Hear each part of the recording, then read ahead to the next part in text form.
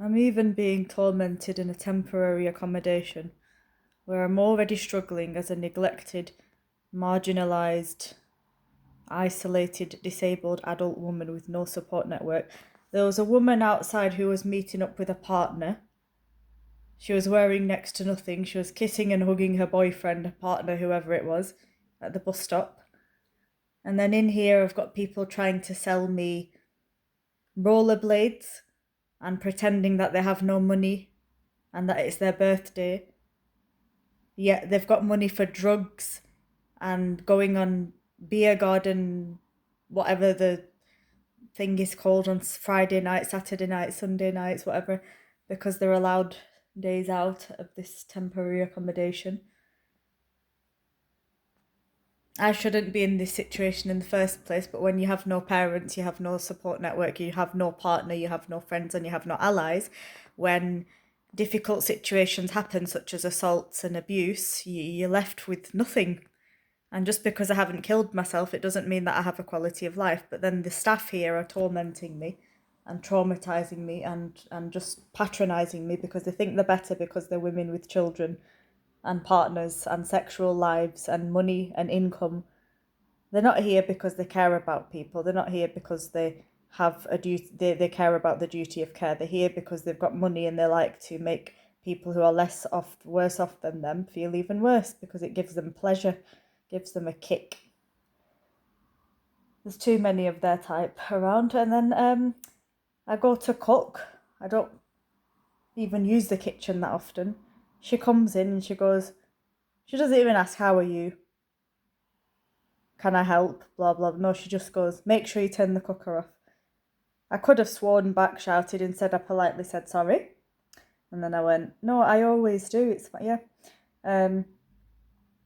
So they're just like, there's digs, there's patronising. They call the police if I send them an angry email and give me a notice saying that they're going to. They called me racist for describing a woman as Iranian, even though she is Iranian and I don't know her name. And that same Iranian woman asked me, where you from?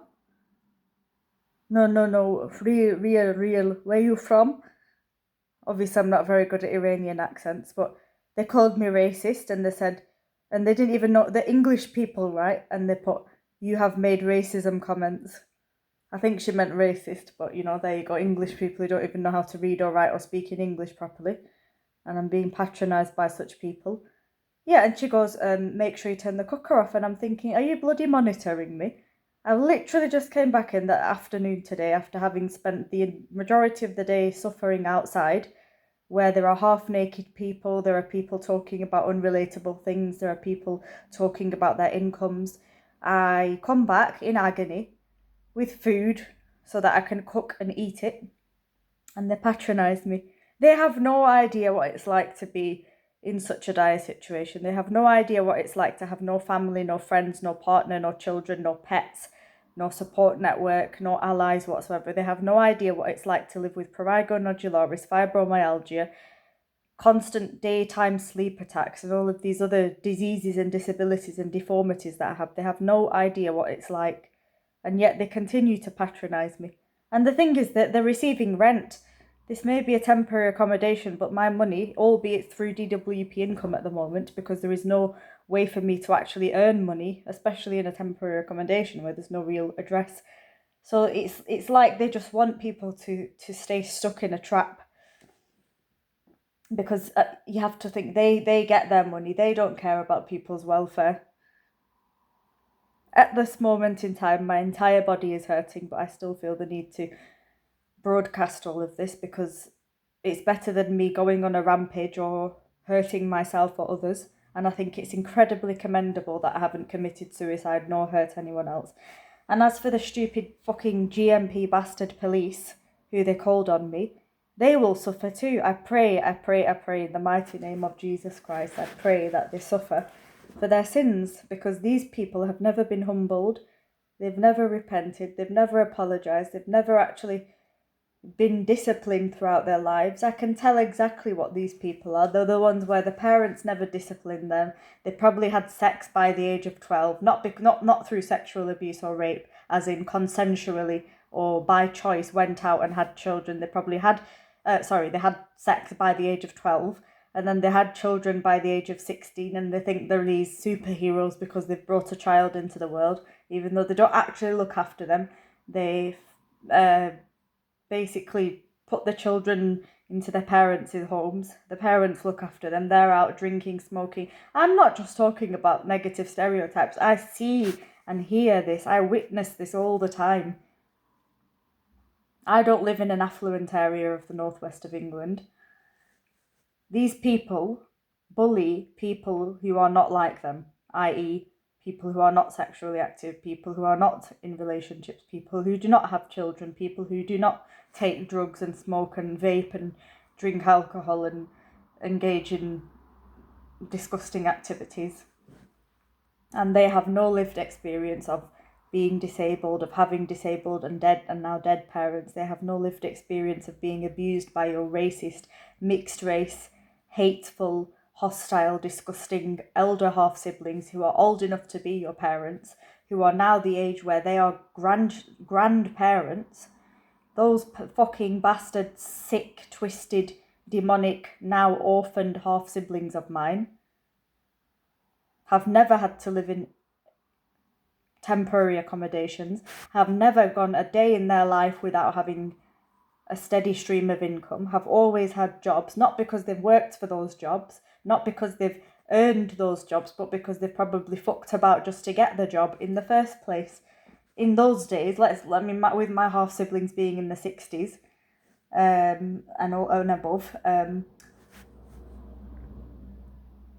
my dad never disciplining them. The mother dies, so they've got no discipline from a young age. My dad lets them do whatever they want. The mother's not even there to tell them what to do. So of course they had an easy life, and they probably claimed some sort of bereavement payment. I don't know how it worked in those days. When my father passed away, not one person told me. I found out through this absolute cunt of a woman in Preston called Malty, who casually over the phone just tells me, as though she's just talking about having a cup of tea, "Oh, by the way, can I tell you something? Go on, has somebody died? Yeah, your dad." Wah, wah, wah. And then nothing. No support, no aftercare, no... And to this day, 23rd of June 2025, I can honestly, hand on heart, proudly exclaim that I have not once even been told about my father's inheritance. He had 8 children. I was his youngest child, and in all these years of suffering, I may have had to claim DWP income. I may have had to claim... And by the way, I don't get the maximum amount of DWP, so don't even fucking bother trying to make me feel like scum for receiving benefits, when we all full well know that there are people out there who are popping out children for the sake of benefits, who are receiving benefit income that they don't even need. Their bodies are not covered in diseases. Their bodies are not afflicted in the ways that my body is. In fact, there are conditions I have that have not even been diagnosed yet, but that I have been suffering. Suspected autism, suspected Kalman syndrome, definite congenital anosmia, but without a diagnosis. So, unlike all these privileged people out there, I don't have the provisions and the so-called benefits that they do. But the point I'm trying to make is my half-siblings had it too easy, and they had far too much say. My father should have knocked them around the face at least 10 times in front of me, but instead he bowed down to them as though they were his parents, which was so twisted. And then my mother was the same age as my eldest half-sister, born in 1959. My father was born in 1929, which I believe is even before the war. He wasn't in the war, obviously. Although living in that household was very much like a war zone. I forgot the point I was trying to make. Yeah, no real help, no effective help. They expect me to just get on with things. No effective support network. They think that I'm going to just be able to cope even though I don't have parents or like any other income stream. Like, what do they think I am? A magician? Can I just magic up a house? I'm just in a catch-22 situation. And what's worse is there's a girl screaming at 3 o'clock in the morning, slamming doors and screaming. There's people banging and screaming all day. They're never disciplined. I send some angry emails that had to be gratuitous, and they say that we're kicking you out, and they call the police and they just torment me.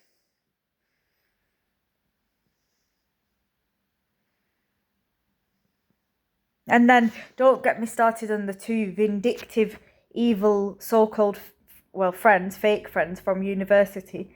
I was sitting in the town centre and I warned them. I said, do not come near me ever again, otherwise I will call the police. And they still came up to me and patronised me and harassed me. I did call the police. Surprise, surprise, surprise, the police didn't do anything.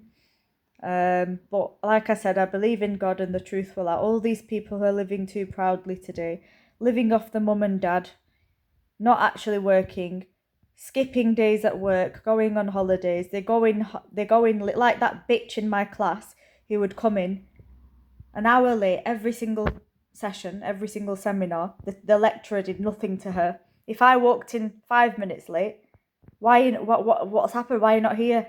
The class has already started, blah, blah, blah. It's these double standards applied to someone like me because I'm not white, because I'm not attractive, because I'm not in a partnership, because I'm not seemingly normal, because of all of these so-called or perceived shortcomings that I have. They think they're better than me. And I'm here to tell you, you're not better than me. There's nothing good about you people. If there's anything or anyone flawed here, it's you. And this is what's so warped about this society. I did not choose to be born to disabled parents. I did not choose to be non-white. I did not choose to be deformed. Why are you patronising me? Why are you penalising me? Why are you harassing me when none of these things are in my control? Yes, there are people much more disabled than me, but often even they don't get harassed this badly. There are all these double standards applied to people who look like me, but mark my words, the tables will turn and the truth will out, and all of the people who have got away with these years and years and years of abuse and anti-whatever sentiments towards people who look like me, your time to suffer is coming. Mark my words. Mark my words. Because I cannot even imagine wanting to harm people in that way, never mind acting upon it. But these people not only have this hostility and hatred, but they express it, they act on it. They verbally abuse me, they physically abuse me, they psychologically abuse me, they otherwise abuse me. It's too much. I couldn't even go outside today without being wrongly treated. And these people have the audacity to go in my room and have a snooch, whatever it's called. Not smooch, snooch. And then they just patronise me. And to this, look, it's almost 6 p.m. Haven't had any housing support, haven't had any financial well-being support, haven't had any actual mental health support. And they expect me to just cope. Believe me when I say I shall be going to the police station and I will be contacting the police, and I have evidence. They didn't help me about the assault. They didn't help me about the noise nuisance. They didn't help me about the abuse I'm going through outside, because it's not happening to them, so they don't give a shit. It's about time people start having more empathy and compassion and kindness and realise that just because they're not going through certain things, it doesn't mean that they shouldn't at least try to help. But anyway, God knows everything and the truth will out. Mark my words. Thank you, thank you, thank you. Amen. Right, 5:55, I'm going to be silent for the next 30 minutes and I will get things done.